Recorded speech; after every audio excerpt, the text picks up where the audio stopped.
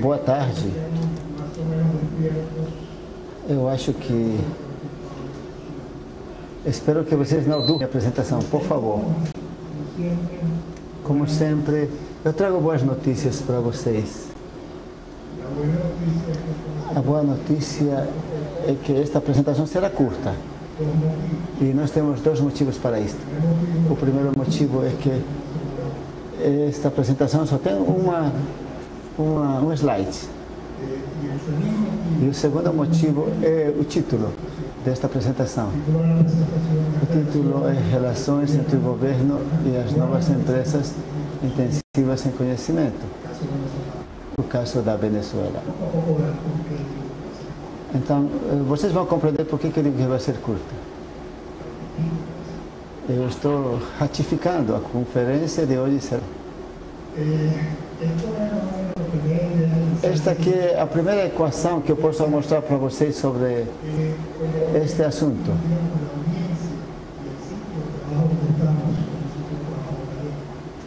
Como nós trabalhamos no local acadêmico e como professores, nós lembramos aquela matéria que trabalhava de conjuntos em matemática. Então, eu pensei aqui em pintar dois conjuntos, onde um dos conjuntos é o governo e o outro conjunto são as empresas intensivas em conhecimento. E embaixo nós temos uma equação fabulosa, que, se mal não lembro, diz que o governo são empresas intensivas em conhecimento igual a vazio.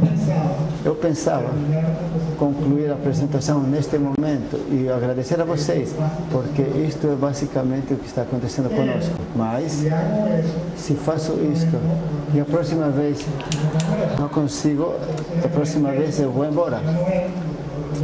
E eu sou organizador, eu tenho que agradecer e falar alguma coisa a mais. Então, agora vou tomar mais 5 minutos do tempo de vocês, pode ser?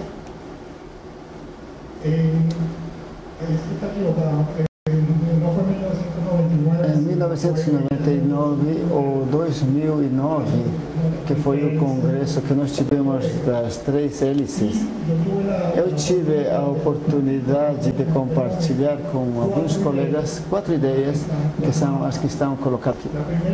A primeira delas fala das 3 hélices, onde sabemos que existem 3 atores. Na Venezuela temos um ator que não atua.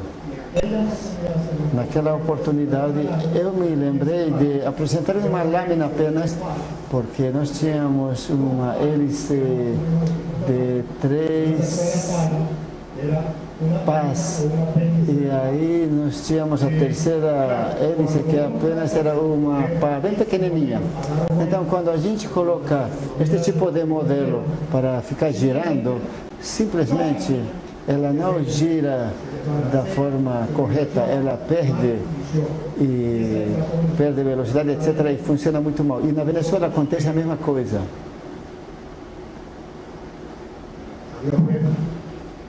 A nossa hélice na Venezuela não funciona. Infelizmente, na Venezuela nós temos um ensino universitário de boa qualidade, onde geramos uma boa quantidade de publicações.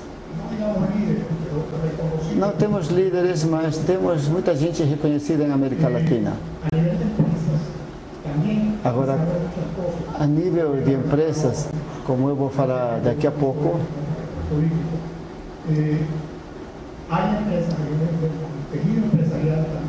existe também um tecido empresarial forte, porém, existe uma falta de associação entre as empresas e o governo. Então, o governo não gera políticas que levem à promoção da criação de novas empresas e de novos negócios. Ele está dedicado a outras coisas. E podemos falar algo mais. Podemos dizer que a relação do governo com a empresa deixa muito a desejar. E a relação governo-universidade é parcial. Eu vou dar um exemplo. A universidade com a qual nós estamos muito relacionados, ela se chama Simão Bolívar. Ela é uma universidade pública que depende do orçamento otorgado pelo governo, e esta universidade tem exatamente o orçamento em bolívares, que é a nossa moeda, de 5 anos atrás. Então, imaginem vocês que se nós temos um país que tem uma inflação anual de 30%, e quando você trabalha com este orçamento, imagina o que acontece com 5 anos. Então, esta é a nossa realidade. Eu espero que daqui a 2 anos, no próximo convite, quando venha aqui, eu diga para vocês, espero não estar contando a mesma história, nem chorando da mesma forma. Apesar de tudo isto, as universidades estão melhorando. A nossa situação atual é mais ou menos, aqui como estava falando, funciona desta forma. Aqui nós temos 3 atores, mas estes 3 atores têm uma perspectiva ou uma visão totalmente diferente entre si quanto ao modelo de desenvolvimento do país. O governo é uma instituição centralizadora e controladora. Considera que o único que sabe fazer as coisas bem feitas na Venezuela é o governo. Somente o governo que sabe fazer bem as coisas. Centraliza tudo, incluindo os recursos, as decisões, o poder judicial, eleitoral, etc, etc, etc. E aí quer controlar ainda mais.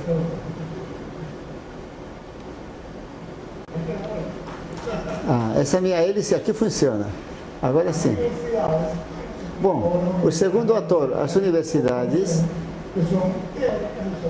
elas são teóricas e acadêmicas. Existem iniciativas como no México, onde temos movimentos de universidades empreendedoras, mas uma coisa é etiqueta e outra coisa é o que acontece.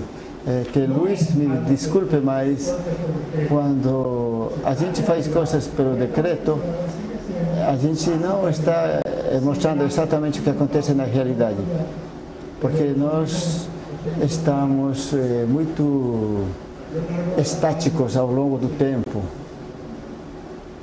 Nosso país não muda. E o terceiro ator, as empresas.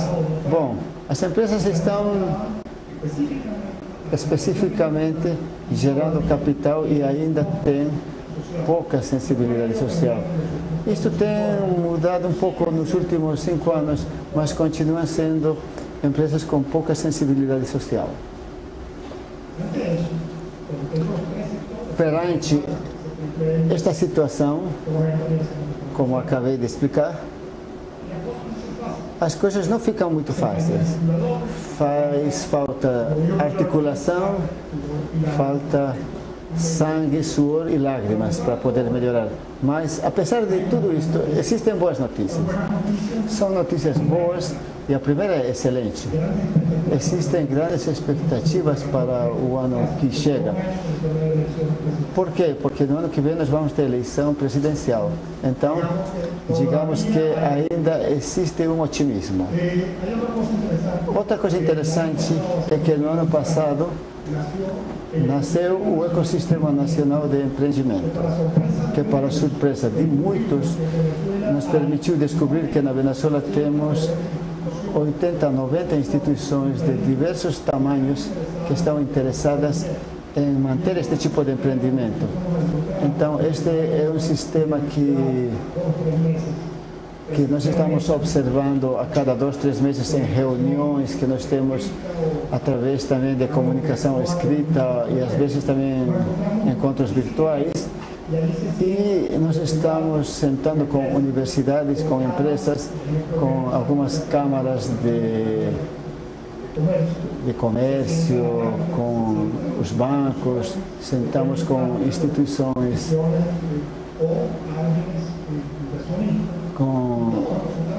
nós sentamos com investidores e montamos diversos tipos de configurações de acordo com cada reunião.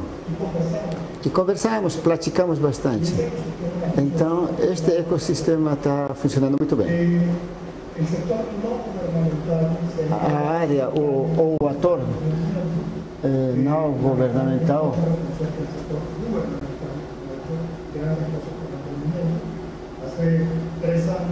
reconhece que o governo não está colaborando. E nós estamos pensando em criar 20 parques tecnológicos, mas neste momento não temos nada feito neste sentido.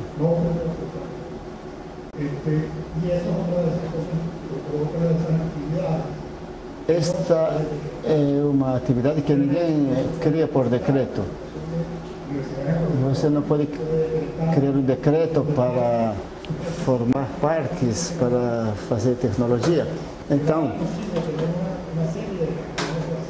não adianta ter alguns prédios públicos, digamos, se nós não temos um movimento que tem que nascer dentro das universidades, por exemplo.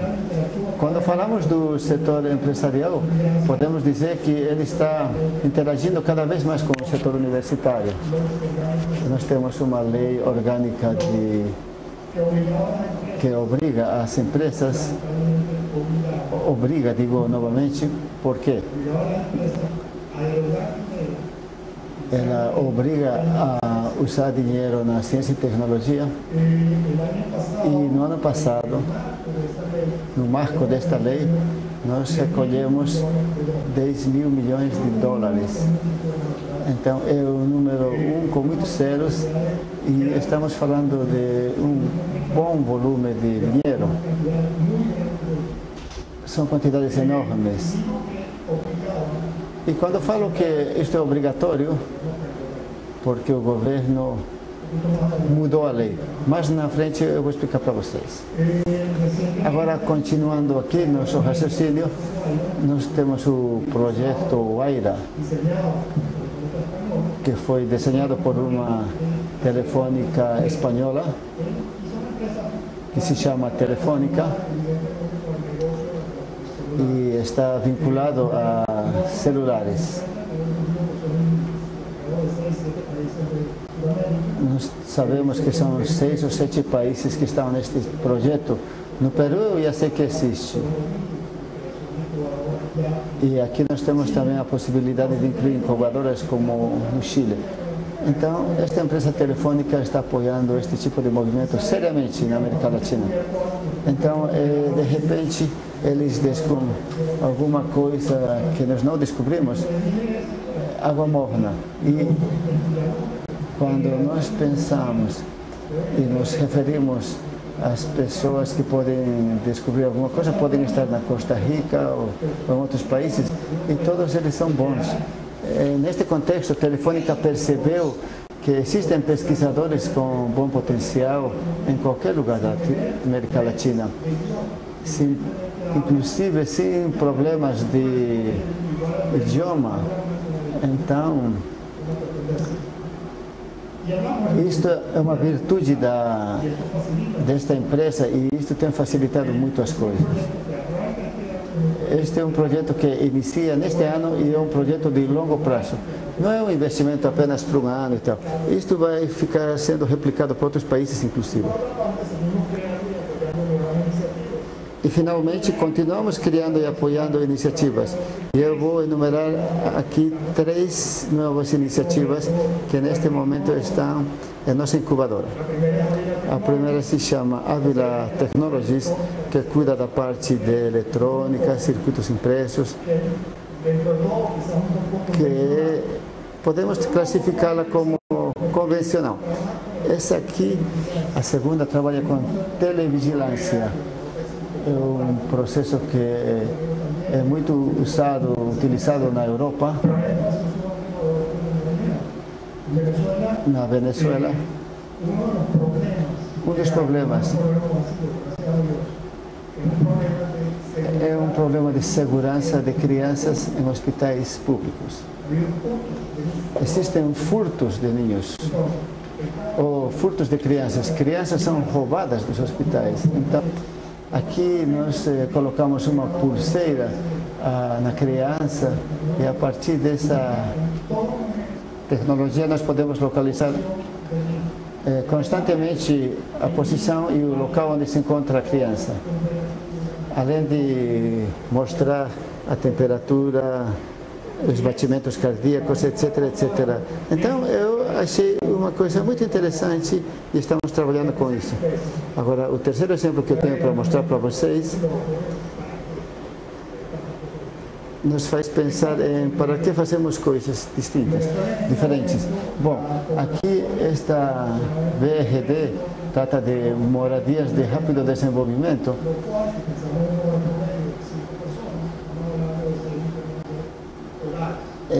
Trabalha com um projeto para 6 milhões de lares. 2 milhões de lares, de domicílios, não podem ser feitos da noite para o dia. Na Venezuela nós temos o dinheiro temos muito dinheiro, mas que está mal aplicado. Essa é a nossa situação. E este grupo de jovens pensou o seguinte: vamos construir módulos que são a parte verde.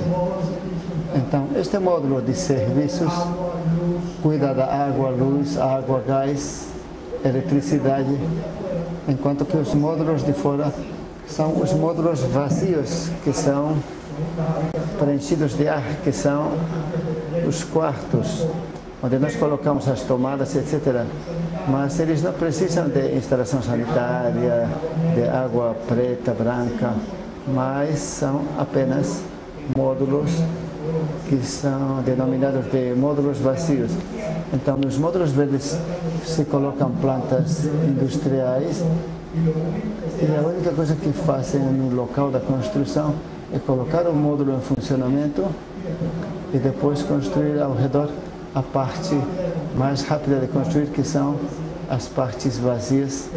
Então, é um conceito muito diferente de construção. E neste momento, este grupo de pessoas está conseguindo ou tentando colocar esta ideia a nível de governo para conseguir financiamento para construir moradias. Finalmente, aqui temos notícias não tão boas. Esta lei, a LORTE, foi modificada e passou de ser uma lei direcional a uma lei discrecional.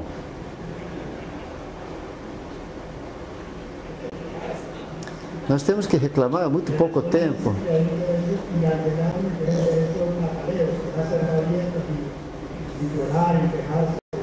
Na Venezuela tem um ditado que diz que todos temos que chorar e reclamar. Bom, voltando ao assunto. Então, a LORTE faz com que as empresas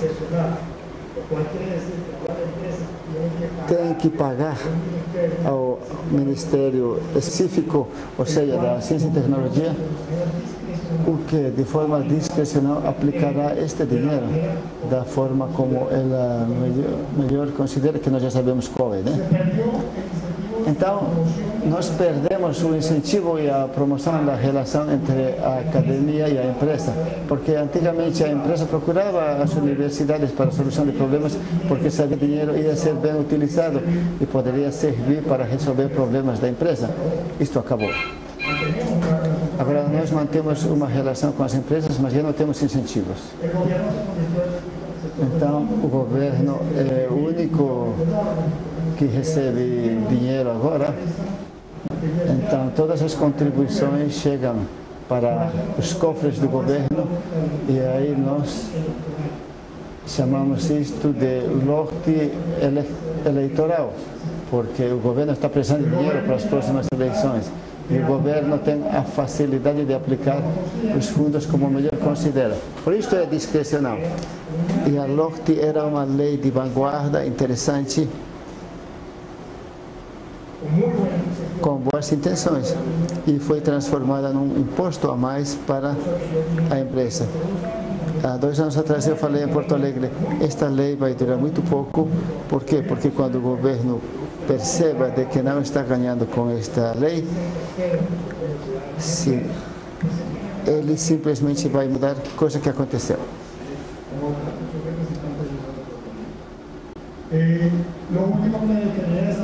Para finalizar, eu quero dizer que nós temos muitas expectativas para o próximo ano e eu acho que o ano que vem a Venezuela será novamente um país de possibilidades. Muito obrigado pela atenção e pelo tempo que vocês me dedicaram.